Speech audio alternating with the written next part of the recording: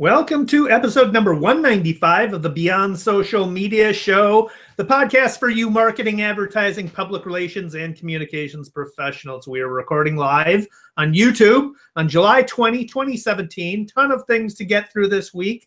Among them, Amazon tanks Blue Apron, Delta Airlines strikes back, $3 stores, Home Depot's ill-advised wall, first female Doctor Who, Google Glass Enterprise, contests in space, fields of data, McCann fights U.S. Army, Winnie the Pooh banned, and batteryless phones. A lot of stuff to talk about. BL kicks it off with the best story of the week. BL, what was that best story?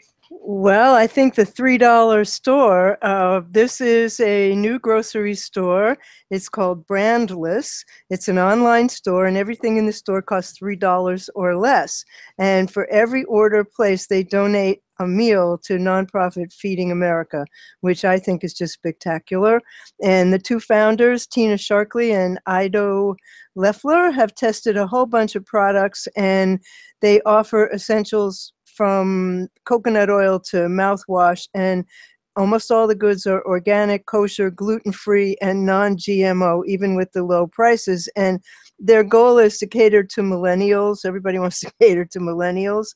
And they want to have the low prices, minimalist packaging, and social action of doing good. And the reason everything's so affordable is that these household essentials don't have what the founders call a brand tax, which is what happens to consumer packaged goods, that when they're delivered straight to the consumer, the company can offer them for 40% less than other products on the average. And the thing that they're doing, which I must say Stu Leonard did 35 years ago, is to offer one brand of each product rather than multiple brands of each product.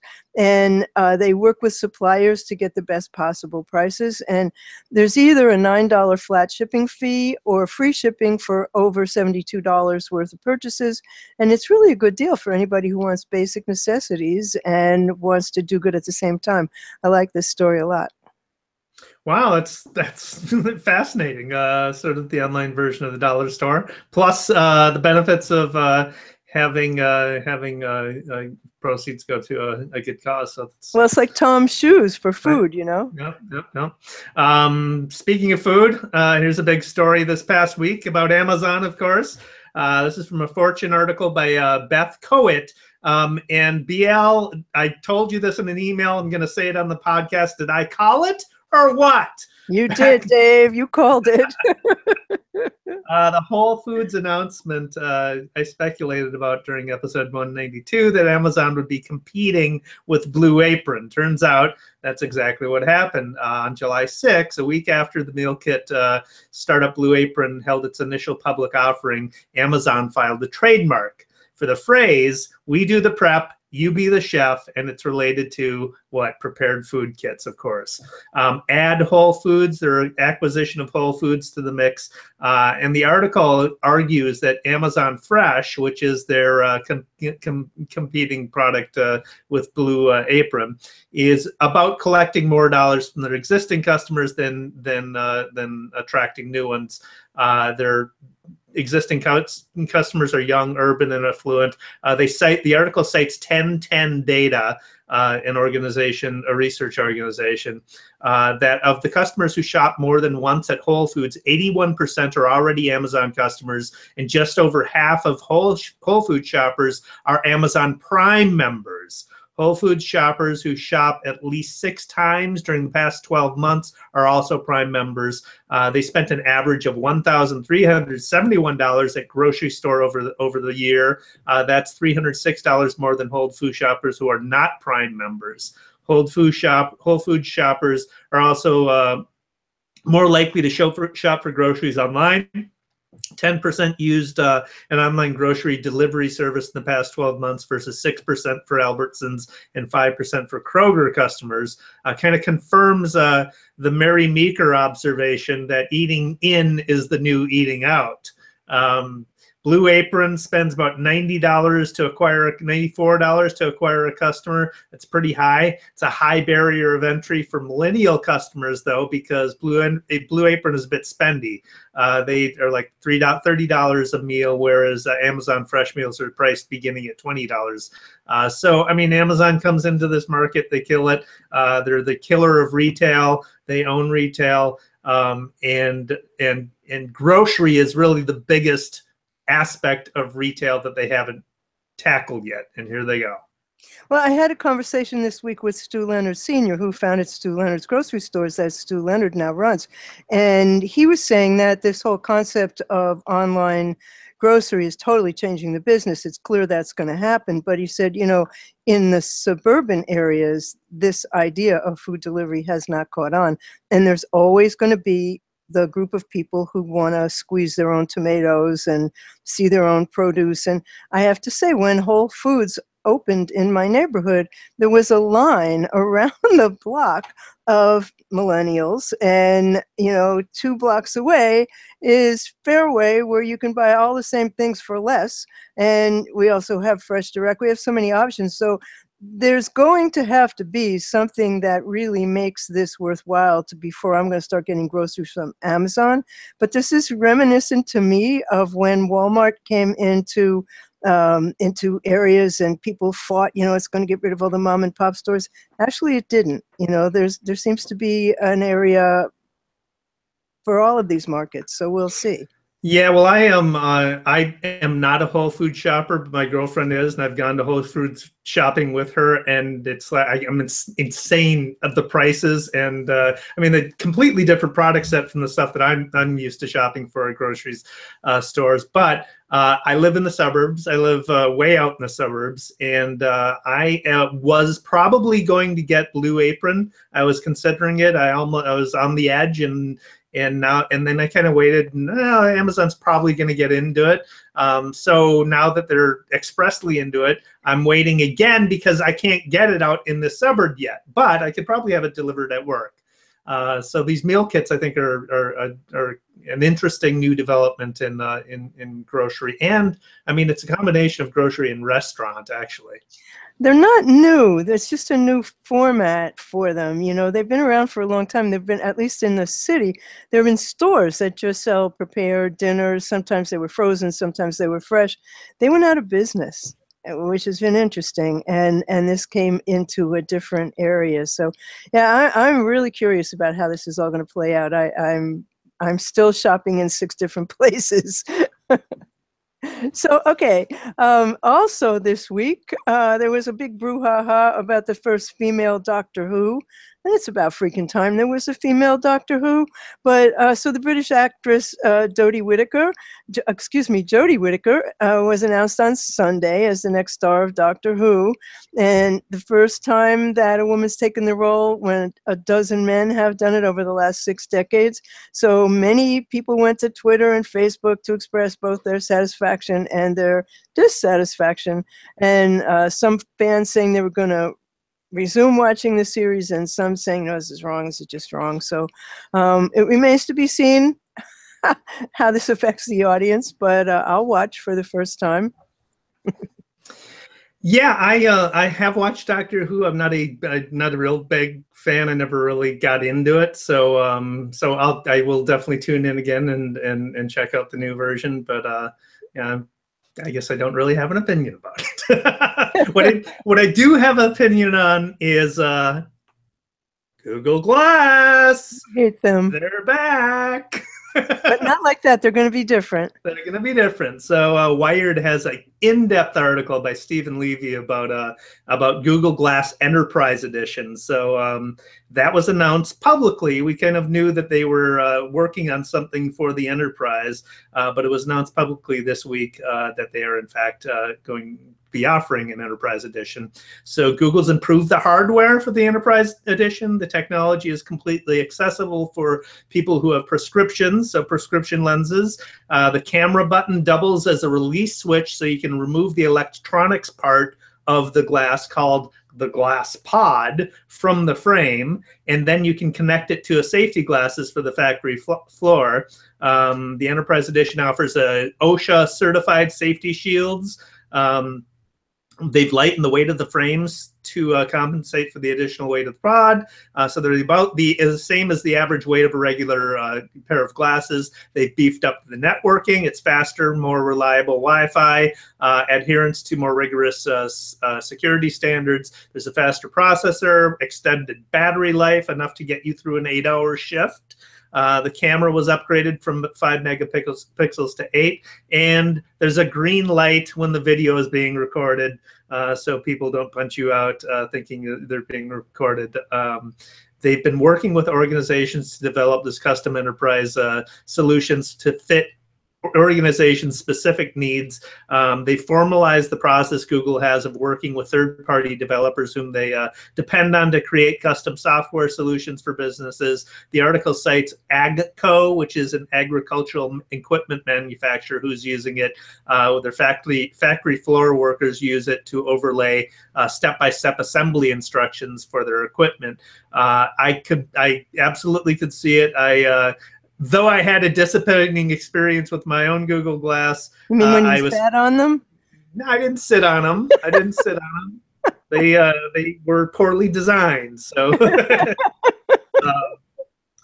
it was a bad experience, but I could see the potential, and the potential intrigued me, and I still see the potential. So we'll see how this rolls out. But augmented reality in the form of glasses, it's definitely in our future in some form or fashion.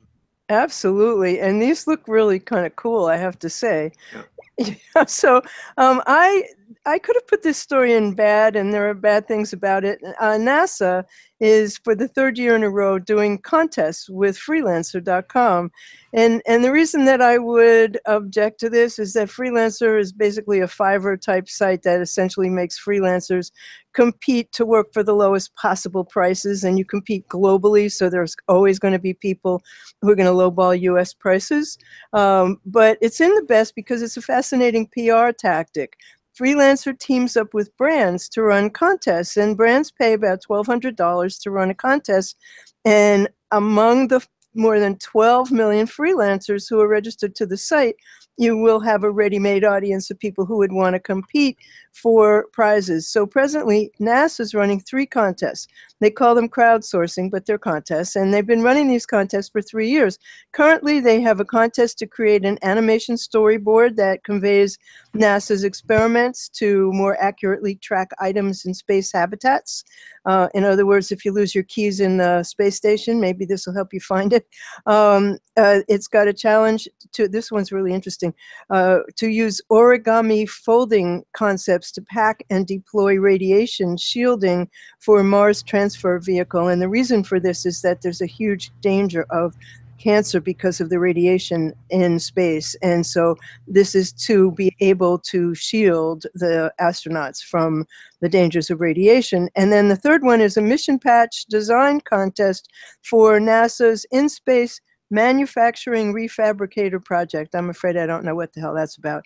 But I think it's really interesting that any brand can do that. And I remember back in the start of my career, for some reason, you know how you remember like weird facts? I remember that Tang was the first juice in outer space. And the reason was NASA's always had a commercial bent, and so you could pay NASA to send your product into outer space. I'm pretty sure you could still do that. So now you can have a contest with them and get people to work for the lowest possible price. So it's, you know, it's got good and bad aspects. I mean, it's very interesting from a PR point of view for Freelancer, and it certainly will bring some interesting results to NASA. Right, right. That's very cool. This is a clever, very clever communications tactic and sort of earned media tactic too. This is from a Fast Company article by Adele Peters. So last December, some Zambian farmers and villagers spent 5 days tilling the land, not for food, but to share a message with the rest of the world. They needed more investment in agriculture, in Africa. That was their message. They delivered the message by creating a series of graphs in the soil called the field report. And field reports, the terminology is familiar to anybody involved in agriculture, because agriculture companies often have field reports that they issue. But this was carved in the soil graphs for a field report that shared key data that delivered their message. And among that is that Africa has a quarter of the world's arable land, but only produces 10% of the world's food. More young people are moving away from rural communities, while that's at the same time the population is growing, and obviously then the demand for food is growing as well. There's a giant number 11 carved into the land that makes the point that the growth in agriculture is 11 times more effective at reducing extreme poverty than other sectors. And the reason the investment is needed is if agriculture can be turned into an opportunity, it's only because of a system that functions well. And so they need the investment to make the system function well, so that young rural Africans are more likely to stay home and work the land rather than leaving for the cities looking for opportunities elsewhere. And so, you know, Africa as a continent spends $35 billion in importing food rather than growing their food that they could grow locally if they had systems that worked. But we'll include the images in the show notes that show this this viewable from the sky charts tilted like into the land. Ancient crop cool. circles, you know. Yeah, exactly. Yeah. And when aliens look down on Earth, they'll go, "Oh, look, they're finally making their own crop circles." Or maybe they'll invest. Yeah. So this is a fight that I think anybody, this is from an Ad Age story by Lindsay Stein, and anybody who's worked for an agency and answered RFPs will relate to this, because McCann World Group has filed a protest against the U.S. Army, and they're charging that their elimination from the Army's business was an arbitrary and capricious decision. And they'd had the account since 2005, and they filed a formal Government Accountability Office pre-award bid protest against the Army. In January, the Army released a request for proposals, RFPs, for its advertising and marketing business. And often the incumbent is the one that wins the business, but an Army representative said at the time, the mandated review estimates the contract ceiling to not exceed $4 billion over a period up to a decade. And they had, you know, they were able to meet the terms of the RFP, but they were just eliminated. They never got a chance to compete. And so they said, screw this, you know, we're going to file a protest. We're going to fight the Army. And, you know, having worked on, and I'm sure you've done this as well, David, worked on countless RFPs and agencies, it is capricious and it is arbitrary often. And, you know, I understand them wanting to fight back. Would I do it? I don't think so, but yeah, I'm dubious about that approach, but right. I understand hating RFP processes. Right, exactly. Most RFPs I've seen are a way to scare away talent, because if you're talented, you have other opportunities elsewhere, and why go through the painful process of filling out the RFPs? I've done RFPs. We do RFPs occasionally, but mostly it's networking and working relationships and organic growth and stuff like that. Oh God, where I worked, it was RFP City, and they would always start with these. They call them brainstorms. I call them time wasters, where people who knew absolutely nothing about whatever it was would get together to, quote, brainstorm. And, you know, smart people don't do that. So we could go on, couldn't we? Right, but we won't. Yeah. Here's a fascinating story from Mashable. Carissa Bell is the writer. So there's researchers at the University of Washington who have created a mobile phone prototype that doesn't need a battery. It's efficient. Does it run on potatoes? Not quite. It requires just 3.5 microwatts of electricity and employs an innovative approach to avoid the need for a battery cell. It uses ambient power from radio signals and light to transmit a signal back to a base station 50 feet away. So the system basically couples a phone with a base station. and they imagine a future where all cell towers and Wi-Fi routers had this base station routed within, embedded within it, which could then relay signals back to a phone that didn't need a battery, didn't need a battery to deliver a message. So we'll see if it happens. But right now you can only go 50 feet away, right, yeah, with your right, phone. Right. Yep. Yeah. Well, one year for Christmas, I gave everyone I knew a kit where you could use a potato to make a clock, and the clock actually ran. This sounds a lot like that.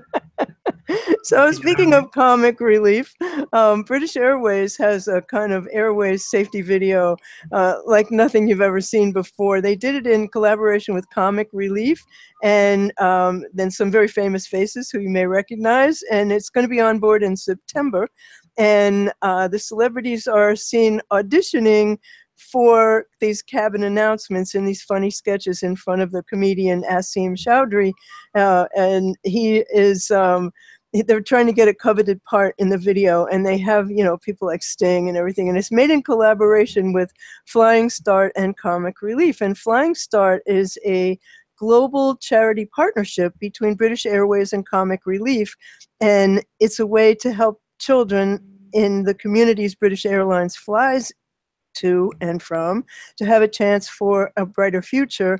And so 100% of the money raised by Flying Start goes directly to Comic Relief for their educational program. So, you know, I just always love when any messages that are serious are presented in a funny way, and you know, humor sells. That's all there is to it.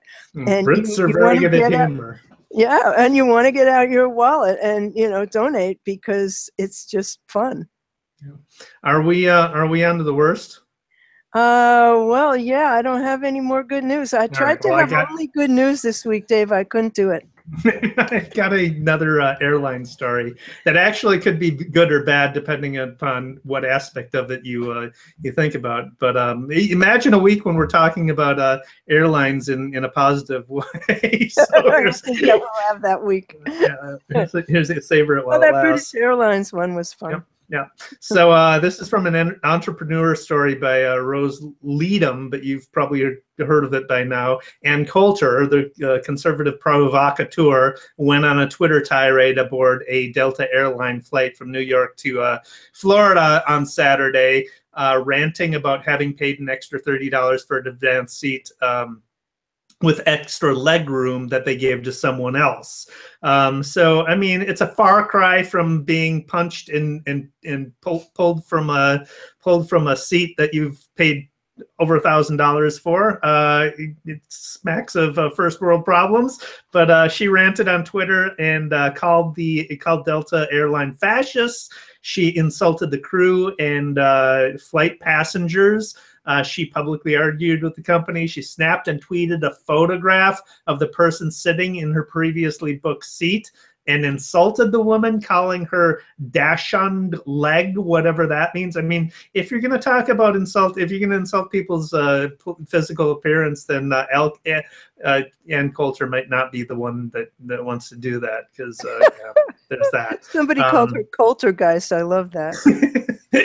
So yeah, and first, if you're going to go on a Twitter tirade, or if you're going to go down that route, maybe you want to be sure that you're a sympathetic figure before you do that. I mean, Coulter may be the only person on the face of the earth who can make an airline the victim.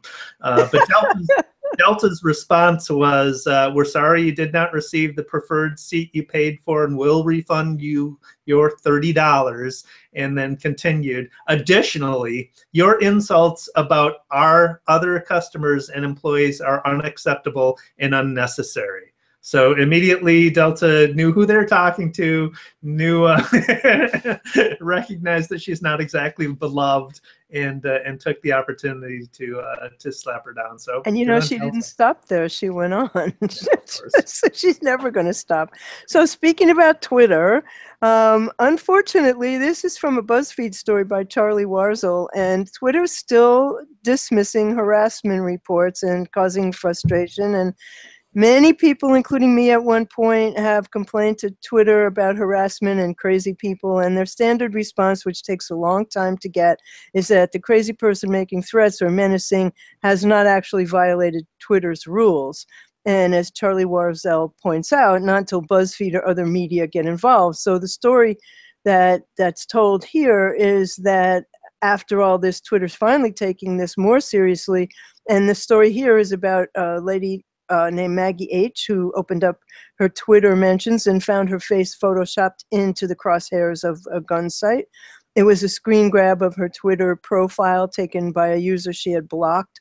It showed her face directly in the center of a target with a caption that read, at username redacted, BTFO by whoever, kill number 390, no scope, in shorthand for blown, BTFO is shorthand for blown the fuck out.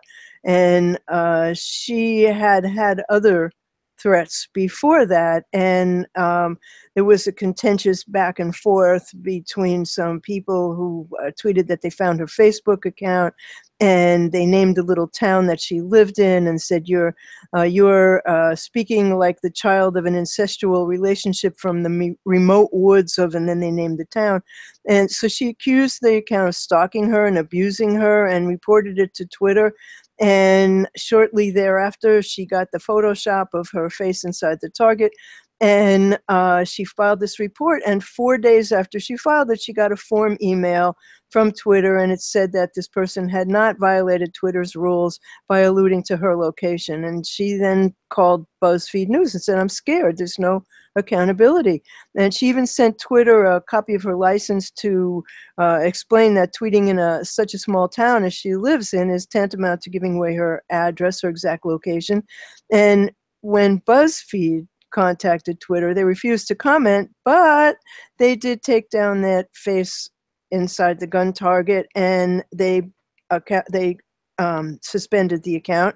And she then got an email from Twitter saying they'd taken action. And, you know, the suspension ultimately granted some peace of mind, but the process of getting justice for her and so many other people shows how frustrating it really is. And Twitter's taken so much criticism for being slow or absolutely unresponsive to incidents of abuse.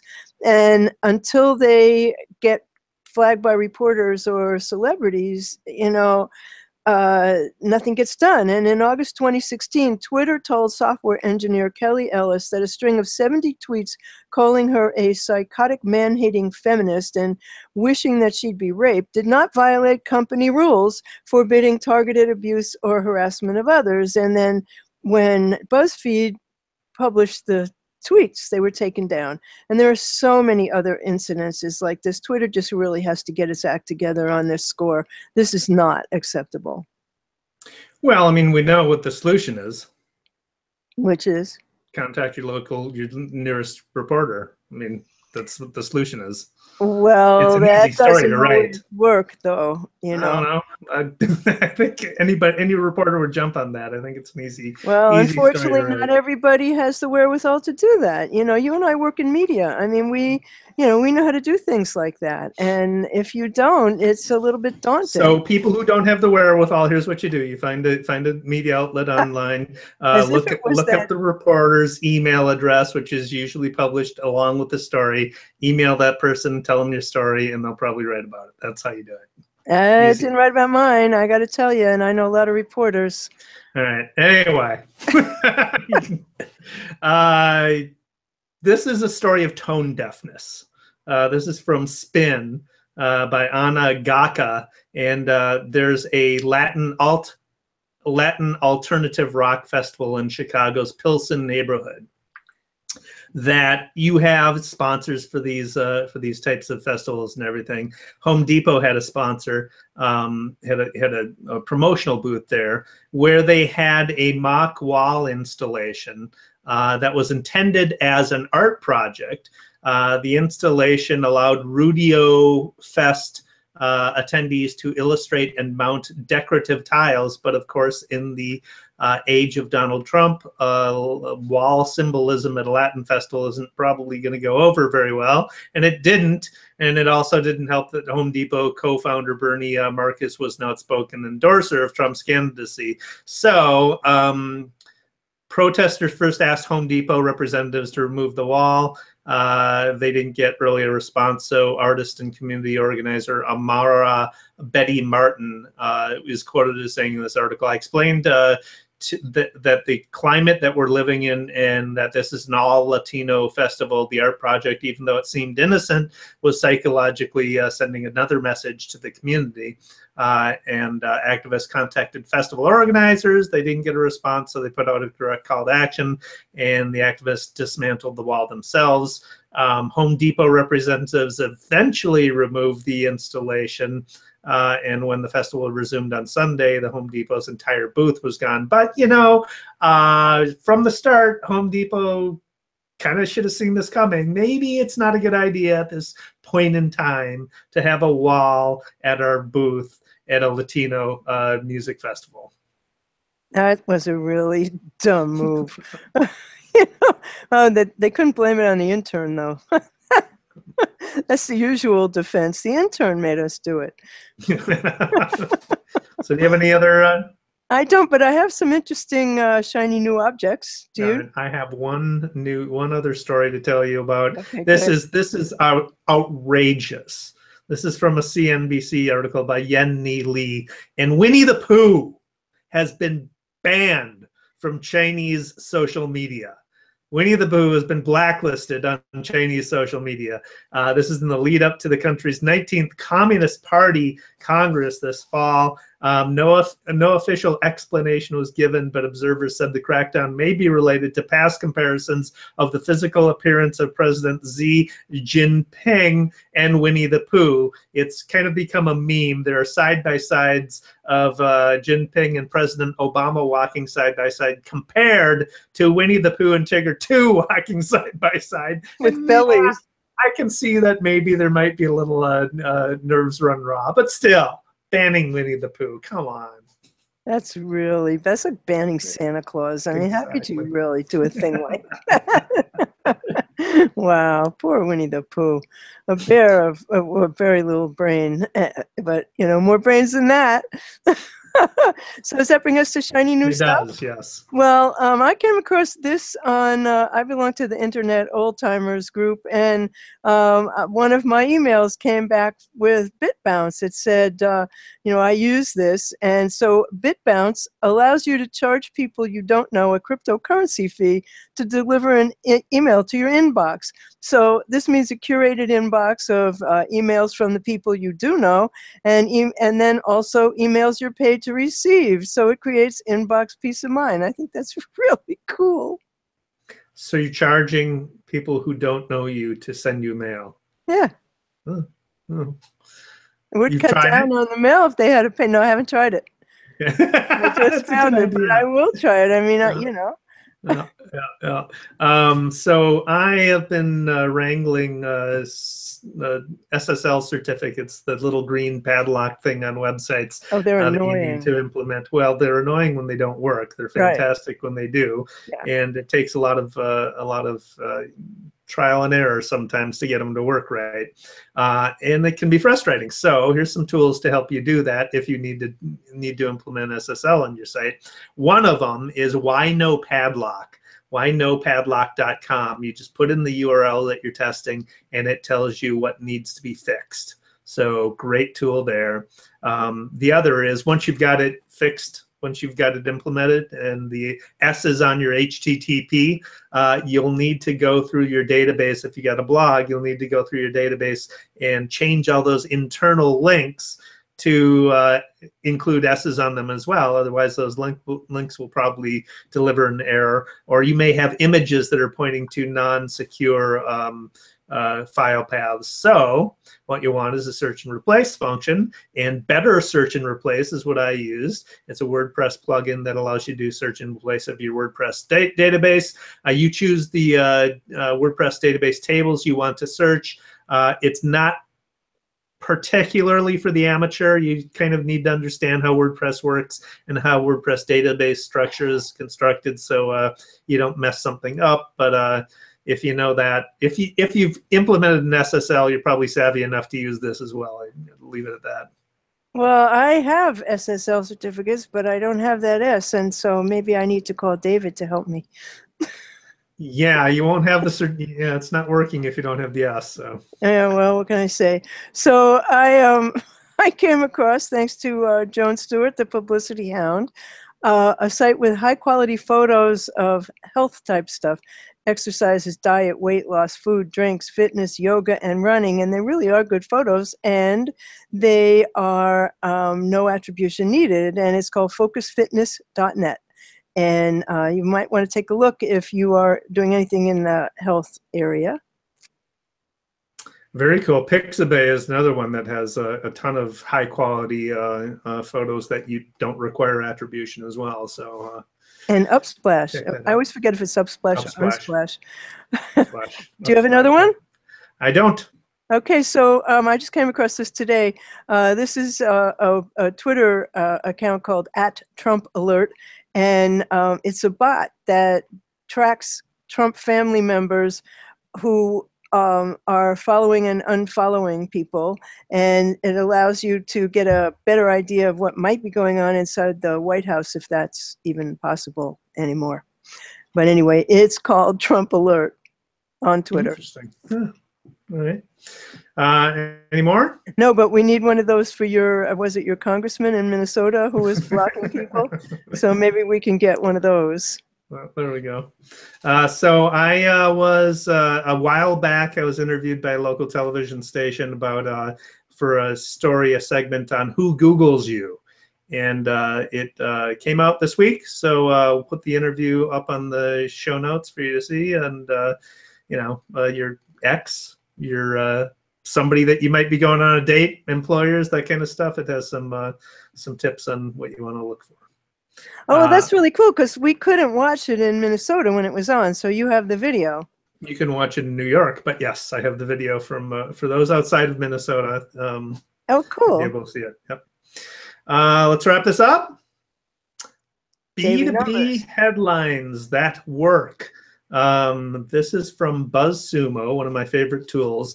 BuzzSumo examined headlines for 100 million articles that were shared on LinkedIn and have come up with data that will help you craft better B2B headlines. So the top phrases among 100 million articles they examined that were shared on LinkedIn, the top phrases starting B2B headlines were X number of ways to. So start with a number and ways to do something. The future of, everybody wants to know about the future. X things you, so X things you can do to whatever.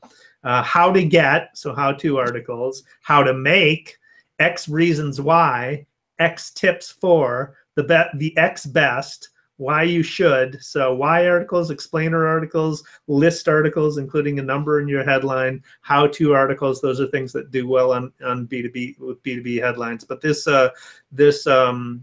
survey is well worth the read. They also have one for consumer headlines shared on Facebook. And if you want to understand what takes off and what works in headlines in those two social platforms, do read them. We'll have links to them in the show notes. And there we go. That's very interesting. I use BuzzSumo. I really, it's a very complicated thing to use completely, but I use it every day, and they have wonderful information, and it's worth every dime that you pay to subscribe to it, really. So that brings us to the end of episode 195 of the Beyond Social Media Show. And you will find links to everything we discussed at the BeyondSocialMediaShow.com website, and it will be BeyondSocialMediaShow.com/195. We'd love for you to leave us a review at BeyondSocialMediaShow.com/love and tell us what you think, and also tell us what you might like to hear us talk about. We would be glad to take suggestions. So I'm BL Ochman on Twitter. I am at What's Next. I blog at what'snextblog.com, on YouTube, What's Next Blog. I have a new site called funwalkers.com, which are humorous license plates for walkers and rollators. And David Erickson is on Twitter at @DErickson. He blogs at eStrategyblog.com and creativepr.com/blog, both of which you should subscribe to and read because they're both terrific. And he's eStrategy on YouTube.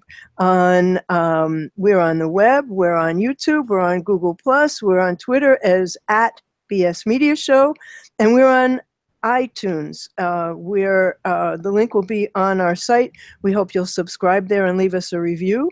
We're on Stitcher, we're on iHeartRadio, and we're on Google Play. And we'll be back next week. Same bat channel, same bat time. See you then. Thanks for watching.